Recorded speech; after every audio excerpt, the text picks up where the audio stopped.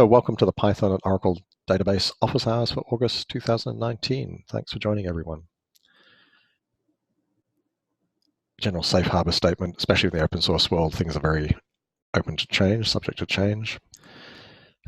We have on the phone myself, Christopher Jones, product manager here for some of the scripting languages at Oracle Database Data Access team. Blaine Carter, who's our evangelist in the open source space. And Anthony Tuininger is not on the call today. He's actually on a well-earned vacation, summer vacation. And he is, of course, the creator and maintainer of the CX Oracle extension, but he's obviously accessible if anything pops up. We want to ask questions later, have to take things on notice. The agenda, for people who've joined before will know it. We have a little bit of an icebreaker theme. Today I'm going to do a little bit of high availability talk, and then we just open to questions and then wrap up. So generally it only takes a couple of minutes, something like that. Let's run.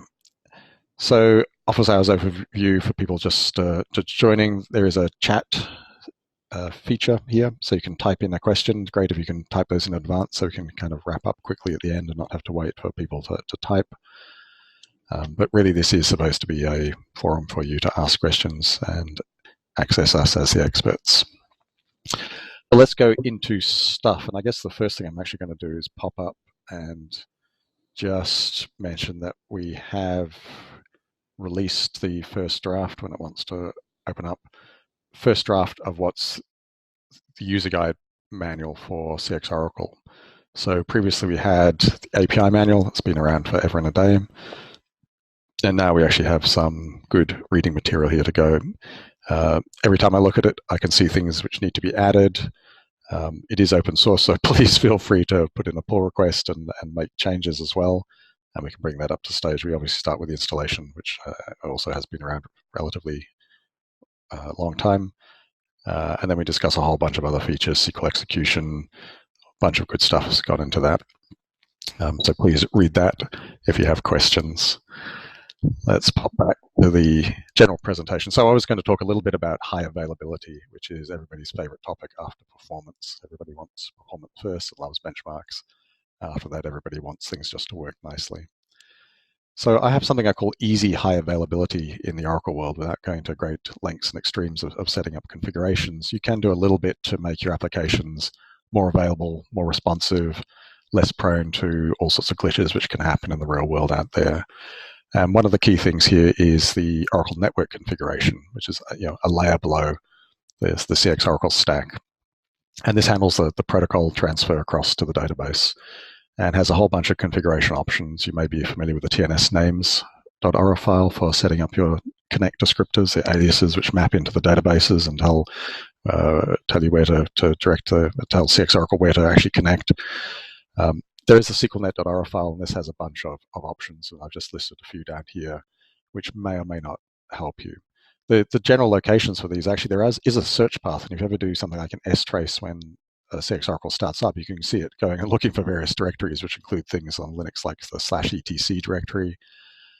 The popular one for us now is this instant client network admin directory, which is pre-created in most of the current instant clients when you unzip those. Effectively, it's relative to the libclient sh.so file on Linux. So if you're running the RPMs, it's a slightly different location, but the directory is pre-created, so you can find it pretty quickly. TNS admin, the environment variable, works well on all platforms. So if you have these configuration files, your network configuration files in any directory you like, you can set TNS admin to the directory name, not to the file name, to the directory name. And my favorite one on the sort of Linux and the Mac OS, I tend to use this one called .sqlnet.ora. So it's it's a dot file, it's a hidden configuration file, and I just stick that there in my little dev MacBook, and that's the one I change, and that's available to anything which runs on the system. I'm running with different clients here and there. That's kind of nice for me just to have something which is stable, and I'm not deleting randomly when I'm unzipping new instant clients. As I mentioned, there are various options that you can set. You've read ahead, obviously.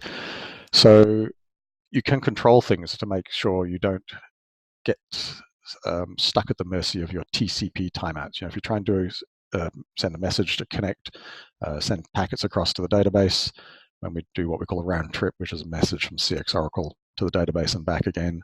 If something goes wrong, if the network drops out, you can be stuck waiting for the TCP layer to time out, and that can take 2 hours or something like that. So things appear to hang.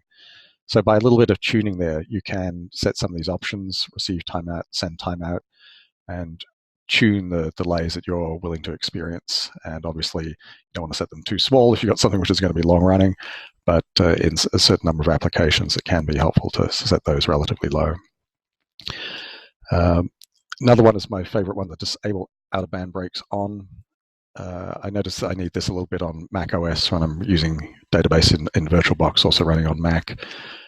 With the older clients, you can find that messages get dropped when coming back from the database. And I find this not so much with Python, but I find this with the Node.js Oracle driver, that I need to do this disable out-of-band breaks. Luckily, that's going to go away because when everything's up to 19C, then that's automatically detected. But there's a little bit of high availability there, some reading for you to go and look at all these various options that you can set in terms of timeouts. There's some newer generations of timeouts to replace some older ones as well, and various levels that they work at. One thing I wanted to possibly slightly sidebar with is that in 19C Oracle, we've enhanced that easy connect syntax, which you may remember as your hostname service name. You can kind of see it in the middle here. My DB machine service name, / service name. Sometimes there's a colon and a port number. This has been greatly enhanced. In fact, it's been enhanced, I guess, in a number of versions ever since it got first introduced. But it has its most significant enhancement now. We've actually given it a new name, Easy Connect Plus. As you can see, it's quite sophisticated. There's a bunch of settings which can be configured, and these configure things which you might put in the tnsnames.aura or the sqlnet.aura. So we're trying to get away from needing to use both of those or either of those files in more situations. Easy Connect by itself was great. You didn't need tnsnames.aura files. You just said, okay, here's my computer and here's the database service running on it, connect. Now we can actually configure more and more things. Let me just pop up. I think I've got the manual, if I can move Blaine's head over. So I've got the manual, and you can kind of see that there's a bunch of various options that you can set here. Connect timeouts, things that I mentioned before. SDUs, if you want to tune data sizes. If you're doing lobs and things like that, you may want to tune that up, although I know that's also been increased in recent versions. If you're not running the latest versions, you may want to tune that.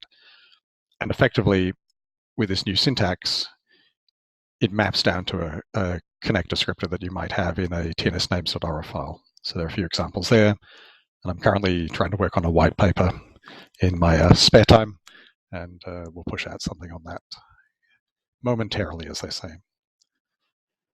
So going back to the sort of thesis of this talk of high availability, you can actually put those connect timeout and expire time. And expire time is a useful thing in a number of situations. If you have something like a firewall, which is truncating idle connections after a certain amount of time, expire time is going to send a round trip to the database, ping backwards and forwards behind the scenes, just keep that connection alive for you. Obviously, that's overhead, so you don't want to set it if you don't need to set it. You don't want to set it too low if you do set it. Came up recently when we were looking at connecting from the Azure cloud into the Oracle database cloud, that Azure tends to drop things off after 4 minutes. So we found that just by setting expire time to 3 means that the connections don't disappear if you've got an idle connection sitting there not doing anything. You need 19C instant client or the Oracle client libraries to be using this. I showed you some of those other settings.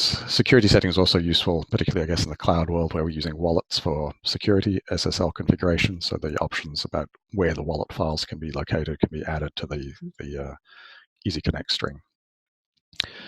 URLs there if you screenshot it, or not, you can look at the video later. So my other little thesis for high availability in Oracle clients is use an Oracle connection pool. So obviously connection pool is great because you have a pre-configured set of connections in the database. There's no startup costs of creating those server processes on the database machine.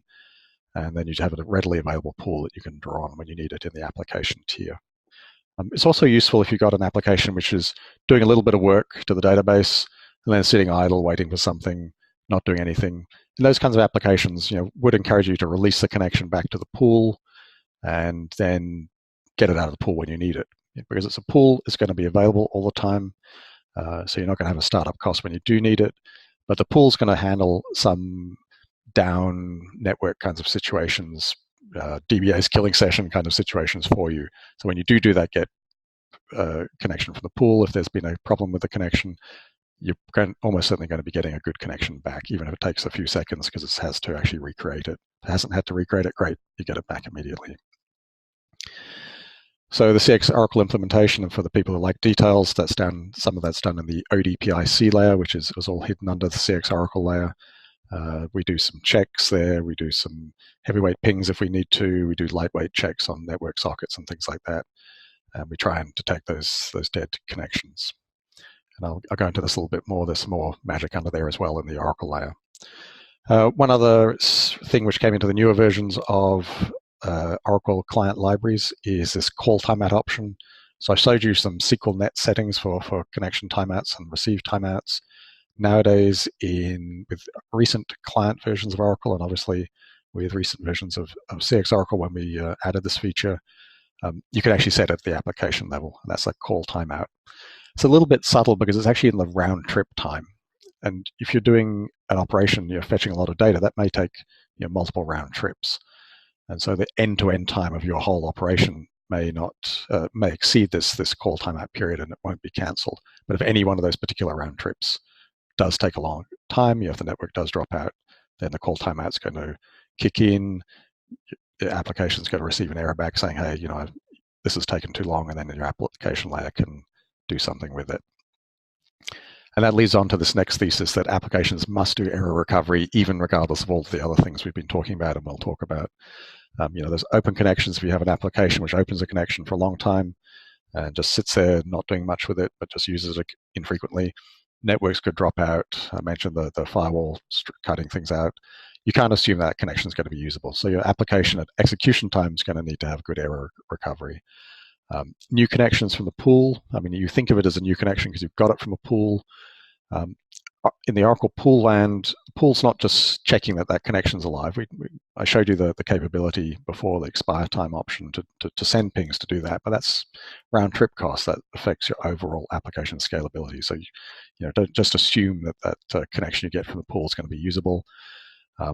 You don't know even if the connection was usable at one point in your application. Microsecond later, the connection may have dropped. The network could have dropped out. You don't know the second execution is going to work or not. So you've got to actually handle all these application errors gracefully and decide, are you going to retry something? Are you going to return an error back to the user, depending on your business logic? So that's what I call easy connection, easy high availability. When you want to go to more lengths, you get into all of these Oracle features which add great, as we call it, the gold standard high availability features in the database world. And the basic thesis for all of these extra features is that you need basically multiple instances of the database running at a time. You've got to have something which can fail over. If something drops out to one database, or if the database goes down, the machine goes down, your application's got to be able to reconnect to something else. So you need to have some kind of failover situation available, whether or not it's clustering or a standby database. So with that in place, then you can do things, and I'm only going to cover a couple of things briefly here, just for this little appetite whetter. First thing is application notification, FAN, F-A-N.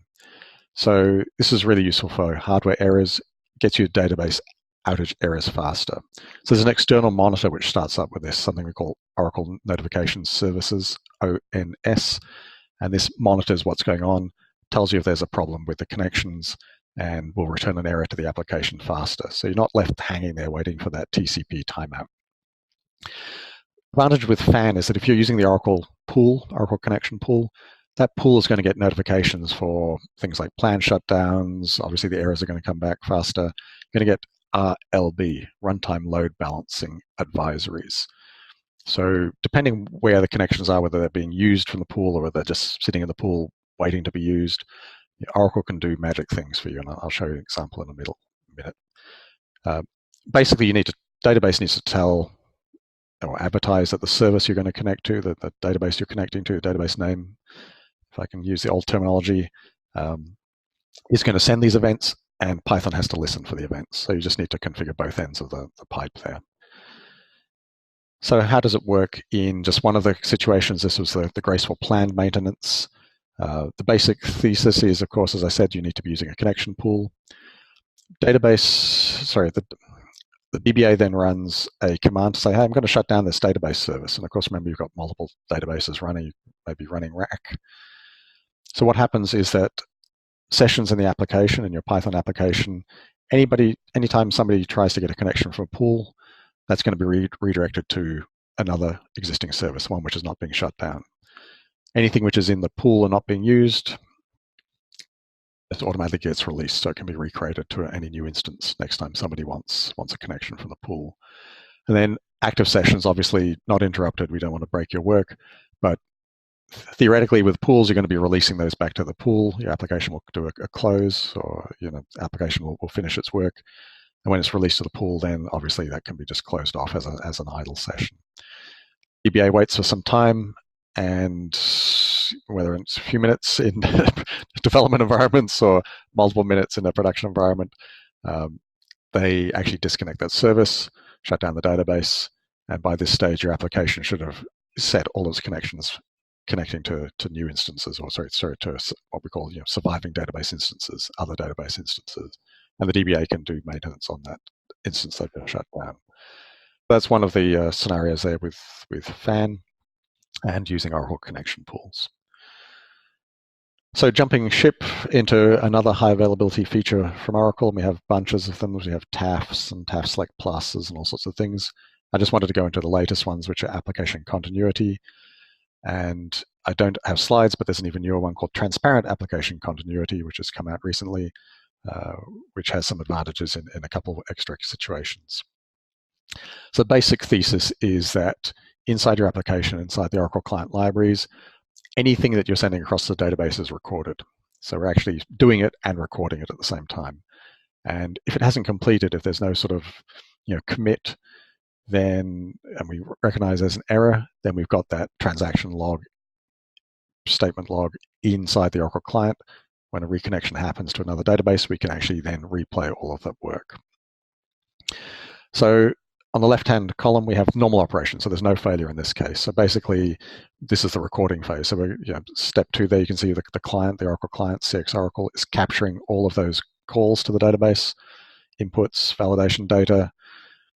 There may be some cases where we can't replay things. There's a lot of interesting scenarios there, so you do need to do your own testing. But at the end of the request, when you've done your commit, when you've returned the connection back to the pool, for example, then we know we don't need to save that data, so we just purge that queue. Everything's worked successfully. Your commits worked fine, or you've decided by releasing the connection to the pool you don't want to do anything, and it's rolled back. But in another scenario, in the sort of middle and right-hand columns, what happens if there is a failure in there? So first thing, client checks, Oracle Client Libraries checks that replay is enabled. There's some cases where it can't be replayed, Golden Gate and a few other bits and pieces, although these are all being worked on. I don't know any specific details on some of those advanced ones, but all of the little edge cases are being worked through with each new version, getting better and better. Basically, we've done the recording, failures happened, we have to create the new connection there in step 2 in the middle. We make sure everything's okay, it hasn't been too long. We try and replay, step 6, and do the checksums, and on success, the application will just get a normal success message. So it may take a little bit longer than you wanted, because we had to do the replay, we had to do the work twice, but from the user point of view, everything's just worked. Whatever they did, they hit buy on their shopping cart, that's gone through, and they're not sure whether, they're definitely sure that they've got their goods that they've ordered. Not sure whether, and definitely sure they haven't got it twice, because they didn't have to hit submit twice.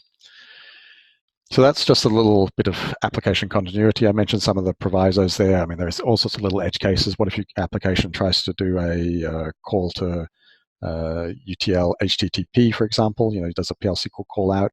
Do you want to replay that? What happens with sequence numbers? So we've got some magic there with sequence numbers. You can decide whether or not to reuse them or to get new sequence numbers. This is why I don't call it the easy high availability. You have to do more thinking with this. I mean, Oracle does a lot of the work for you, and in large number of cases, this is just going to do everything that you need. But there are always going to be some edge cases we have to think about.